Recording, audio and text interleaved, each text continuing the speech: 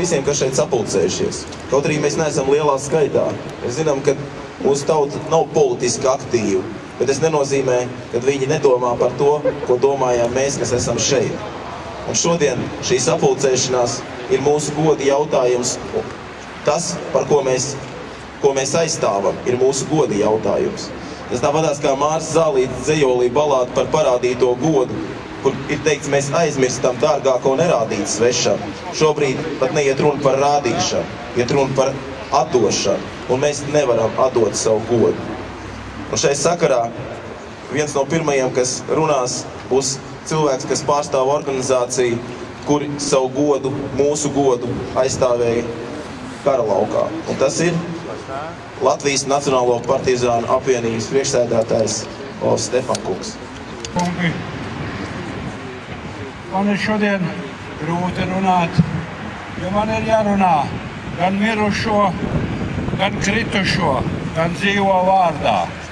Un es nevaru nepieminēt to 70 000 brīvības cīnītāju, kas piespieda Krievijai parakstīt miera līgumu 20. gadā uz mūžu mūžiem.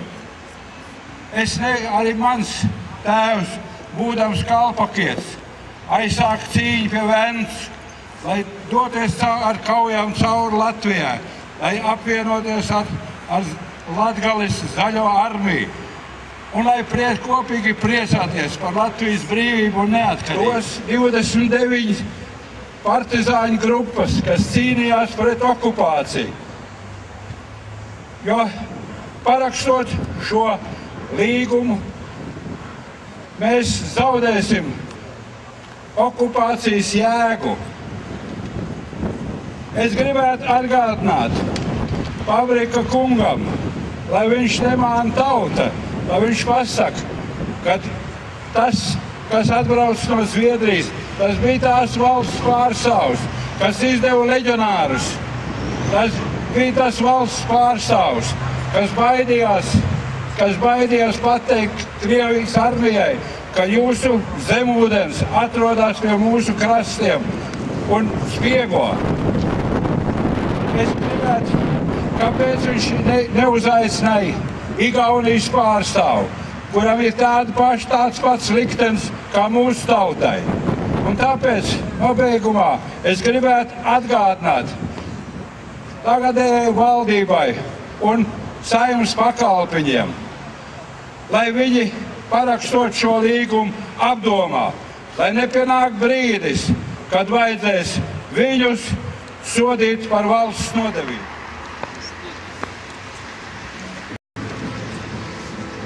Pašas acīs dod viņiem dvēseles tīras, ieliec saulīt gaismu sievās, ieliec karstumu vīros. Dod maniem mīļajiem lepnumu, dod viņiem drošu smaidu. dod viņiem saulīt naidu, dod viņiem arī naidu.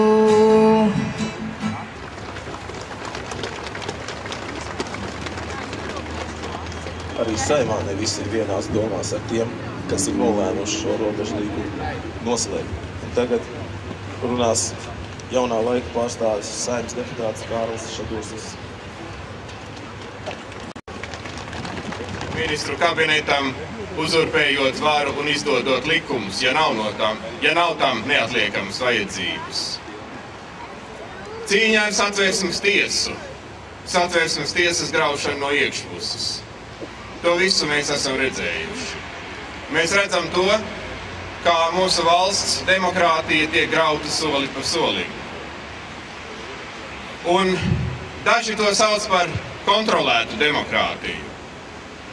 Bet es teiktu, ka tas ir pirmais diktatūras posms. Pirmais posms, kad tiek atalgoti tie, kas pakalpīgi dzied slavas dziesmas valdošajam režīmam.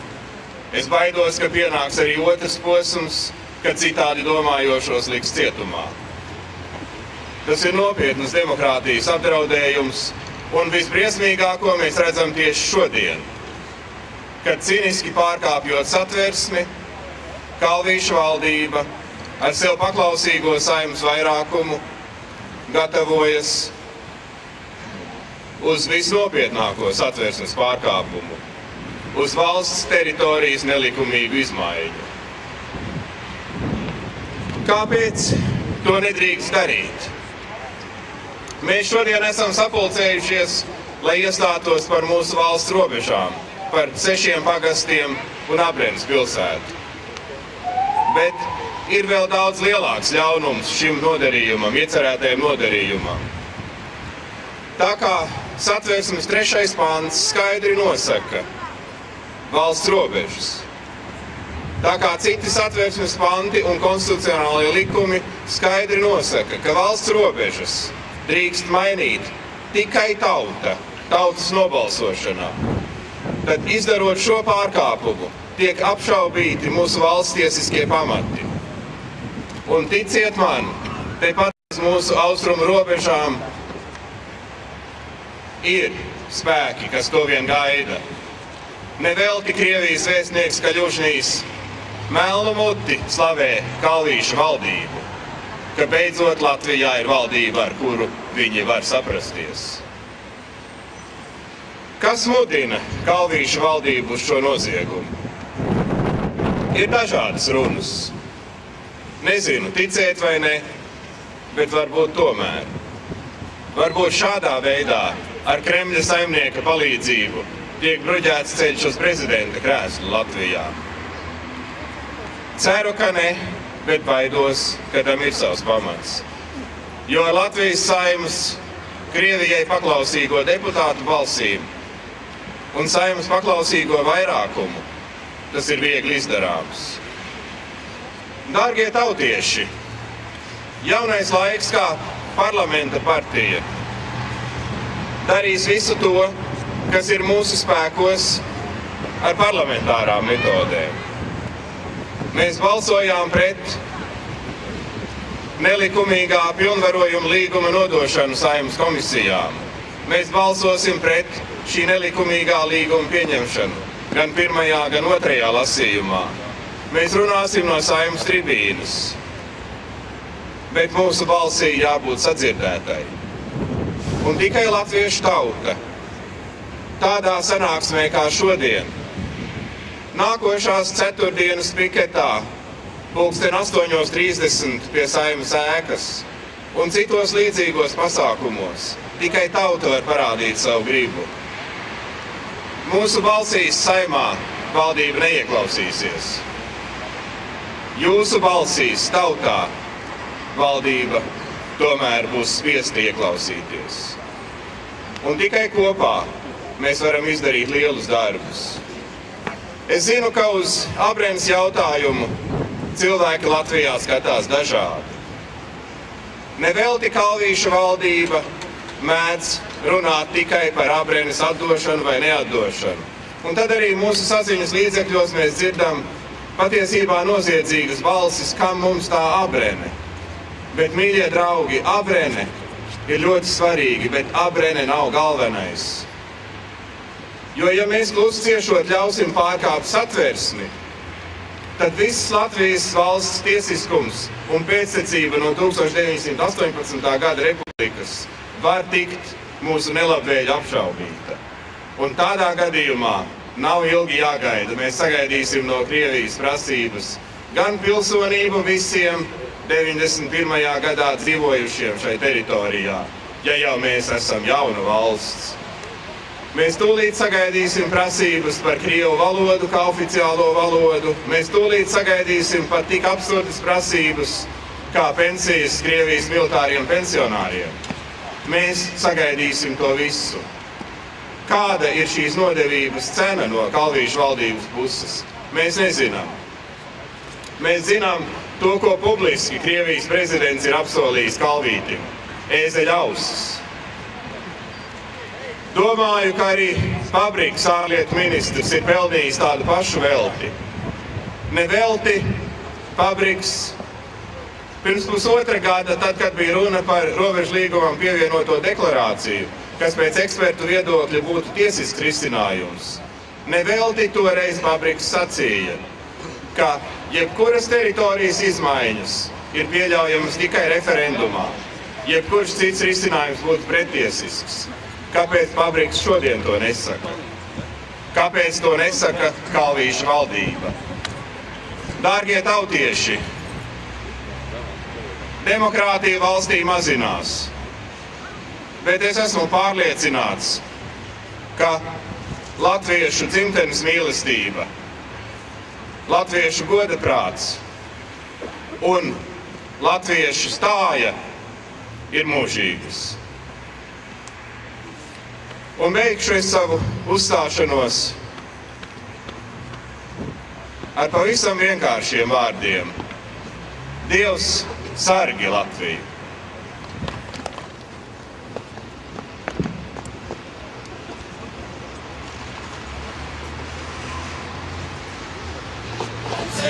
Nav nekā vairs palicis, tu varu iet vienalga kur, nekas šeit mani nebija tur. Es esmu brīvs, un paldies Dievam, ka vēl dzīvs. Un arī visi pārējie no manas pils tāpat kā es, nu brīvi mēs. Patiesībā daudz vairāk nekā par zemi runa ir par cilvēkiem. Ja mēs raudzītos uz tautu, varētu teikt, ka tauta sastāv no 3 daļām. Un tie, kas mēs šodien dzīvojam, esam mazākā no šīm 3 daļām. Daudz vairāk ir to, kas jau ir aizgājuši, un vēl daudz ir to, kas nāks pēc mums. Mūsu uzdevums savu dzīvi nodzīvot tā, lai turētu godā mantojumu, ko mums atstājušas iepriekšējās paudzes, un rīkoties ar viņu tik apdomīgi, lai neradītu grūtības tiem, kas nāks pēc mums. Kā tad šodien ir Latvijā? Mums ir cilvēki, kas saka, abrene ir mūsu, un mums ir cilvēki veidīgie, kas saka, mums nav teritoriāla pretenzija pret Krieviju. Un ziniet, abiem ir taisnība, jo runa ir par dažādiem mēs, un runa ir par dažādām Latvijām. Tiem pirmajiem, kas saka, abrene ir mūsu, Latvija ir sēts mantojums, tā ir zeme, tās ir mājas mūsu tautai. Un kas gan mēs būtu jādod savas mājas? Klaidoņi, bezpajumtnieki, pasaules nabaga. Tie otrie, kam nav teritoriālo pretenziju, zeme nav nekas vairāk kā ekonomisks resurs, turklāt ne pats svarīgākais. Un rēķinot visu latos, dolāros vai rubļos, abrene ir tikai tāda jauka biznesa dāvana, ko pasniegt Krievijai, lai Eiropas Savienības kungi varētu lētāk pumpēt savu gāzi. Bet kāpēc mēs esam šeit? Acīm redzot, ir kāds pienākums, kāda sirdsapziņa, kas mums liek to darīt. Ir tā, ka mēs jūtam, ir brīži, kad nedrīkst pulsēt, jo palikt malā vai neteikt neko. Tā būtu nodevība. Tā būtu līdzdalība noziegumā, kas šobrīd tiek veikts. Brīvs cilvēks saka savas domas tajos brīžos, kad tiek skarti viņam un viņa tautai būtiski jautājumi. Diemžēl Latvijā mums brīvi cilvēki ir maz, un arī tie paši nespēja pietiekami veiksmīgi sadarboties. Mūsu vecstāvi to prata. Viņi prata nevien sadarboties, viņi bija nevien pietiekami brīvi, bet arī spēja cīnīties par to, kas viņiem ir svēts. Viņi spēja pieteikt karu Vācijai un uzvarēt, viņi spēja padzīt bolševiku. Tad, kad pāri šiem motīviem un ideāliem virsroku sāk ņemt materiālā labklājība, tad, kad vairs nespējām sadarboties ar saviem kaimiņiem, igauņiem un lietuviešiem, valsts tāpa atņemta. Un būtiskais jautājums, vai kādreiz mēs iegūsim abrēnu? Tā taustāmā veidā, ne tikai tā, kā mēs šobrīd to apzināmies, ka viņi ir mūsu un vienmēr tādi paliks. Un es saku, jā, abrēna mums būs tad, kad mēs būsim tā cienīgi. Kad mēs būsim pietiekami brīvi, stipri un zinoši, lai droši paustu savas domas Latviju latviešiem.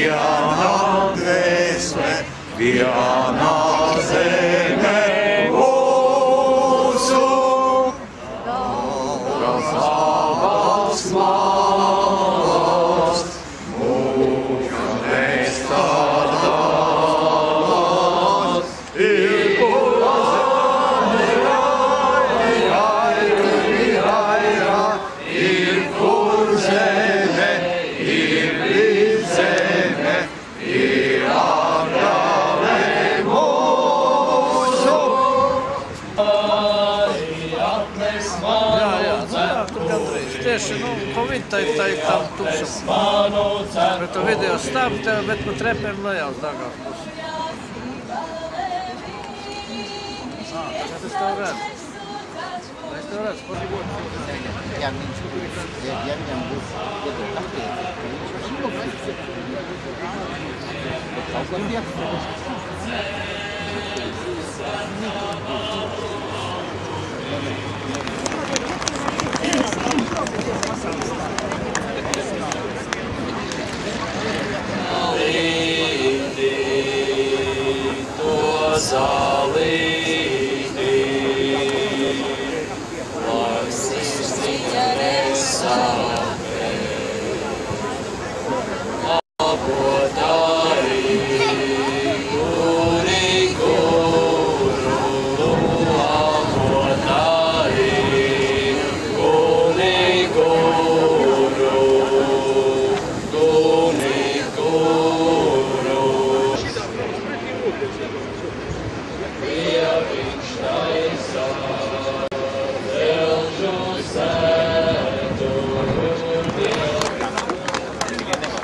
Tie, kas pavisam nosavuši, aiziet ilgos, kur pasildīties.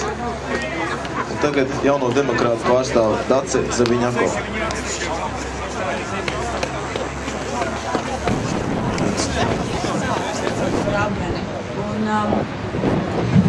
Mēs gribējām pieminēt, ka šeit ir divi aspekti. Ir vēsturiskais aspekts un ir praktiskās politikas aspekts. Vēsturisko aspektu mēs nevaram mainīt, mēs nevaram aizmirst savu vēsturi, mēs nevaram noliegt tās emocijas, kas mums rodas zinot to.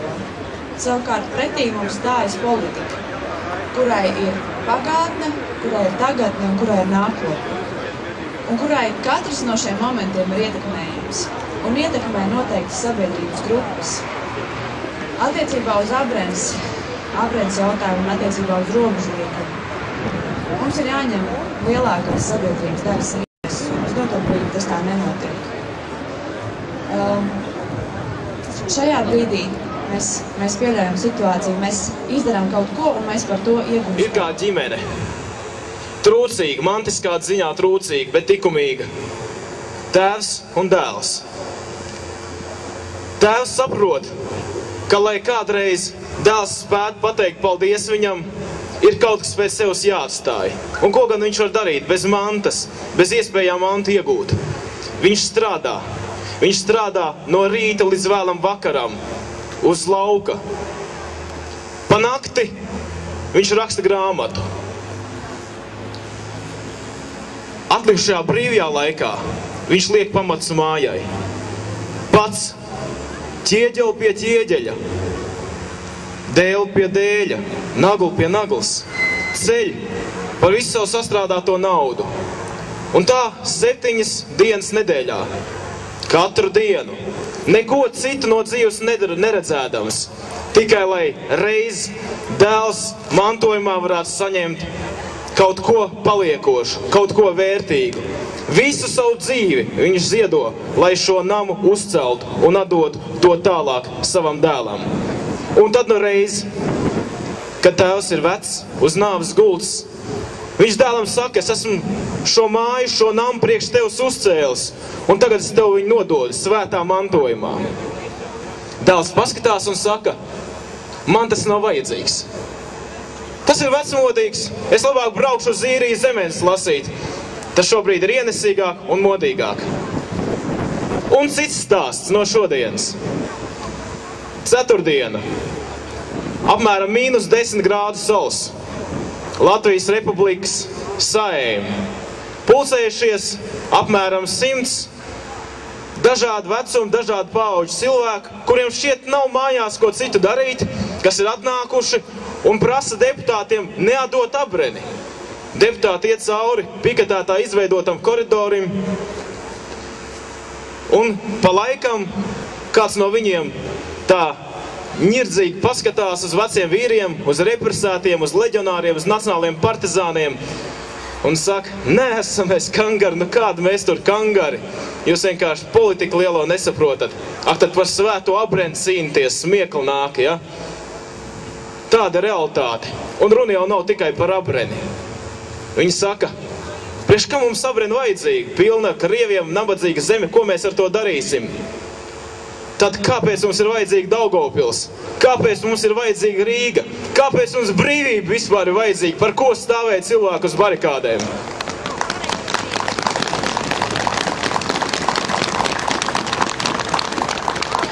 Ir greiza vērtību sistēma mūsu sabiedrībā, un tas nav nekāds jaunums. Līdzīgas situācijas mūsu tautas vēsturē ir bijušas, un tieši tādēļ nav jānokar deguns šādās situācijās. Nav tik daudz jārūpējās par tiem, kam ir greiza vērtības sistēma, bet jārūpējās pašiem par sevi un jārūpējās, lai mēs, kas zinām kabrene, ka tēvzem priekš mums ir svētums, vienmēr būtu šeit, neatkarīgi, vai sauss ir -10 grādi, vai sauss kājas, vai rokas, vai sniegs, vai līs lietus. Mums ir jābūt šeit. Un cerība būs zudus tikai tad, kad mēs saorganizēsim šādu pasākumu un uz to neatnāks neviens. Kamēr mēs šeit būsim, kamēr mēs cīnīsimies, tikmēr mēs necīnīsimies tikai par abreni. Tikmēr mēs cīnīsimies par latviešu tiesībām un interesēm savā zemē visās sfērās. Es gribu beigt ar Andreja Eglīša vārdiem. Turiet savu zemi ciet, zeme taisās projām iet, prom ar šūpuļiem un mājām, prom ar svešu ļaužu kājām. Turiet savu zemi ciet, zeme taisās projām iet.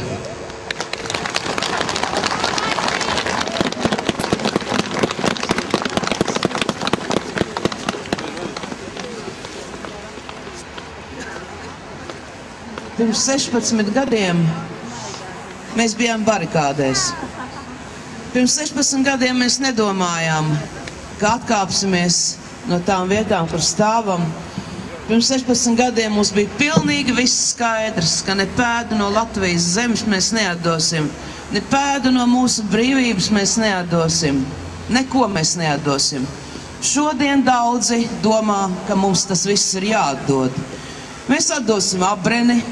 Nākamais solis būs, mēs atdosim pilsonību tiem, kuri to nav pelnījuši. Nākamais solis būs tāds, ka mēs atdosim savu valodu tiem, kuri to neprot. Un nākamais solis būs tāds, ka Latvija vairs nebūs Latvija. Mēs nedrīkstam būt vienaldzīgi, un tāpēc ik vienam cilvēkam ir jādomā par to, kā mēs cīnīsimies par savu Latviju. Mums ir jāuzvar tik un tā.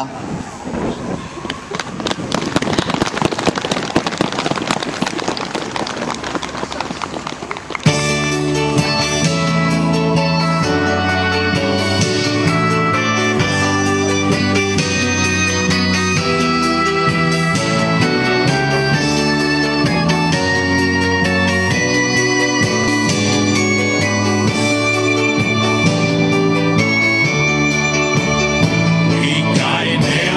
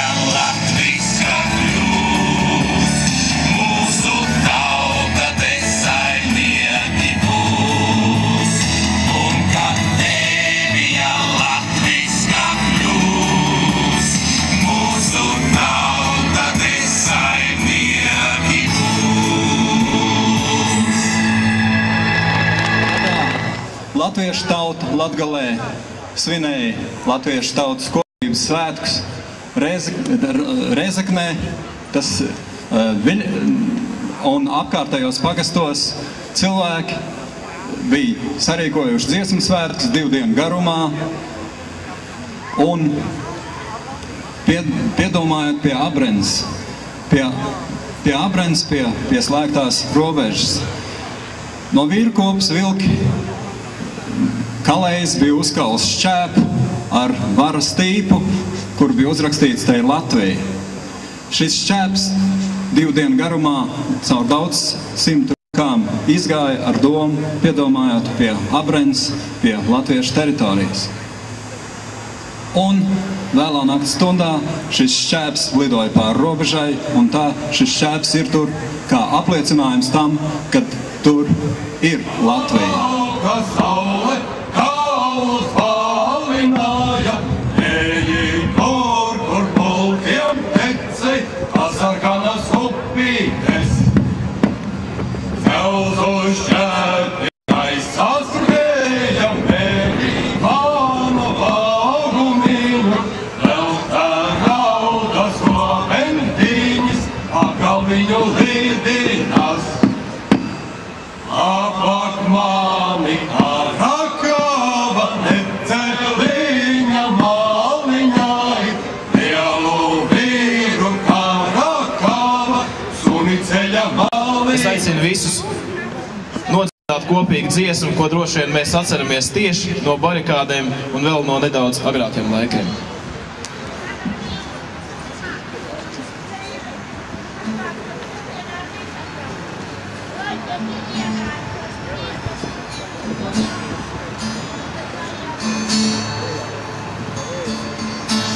Manas domas tās kapīs vien, visādus ceļus. Uz priekšu stāv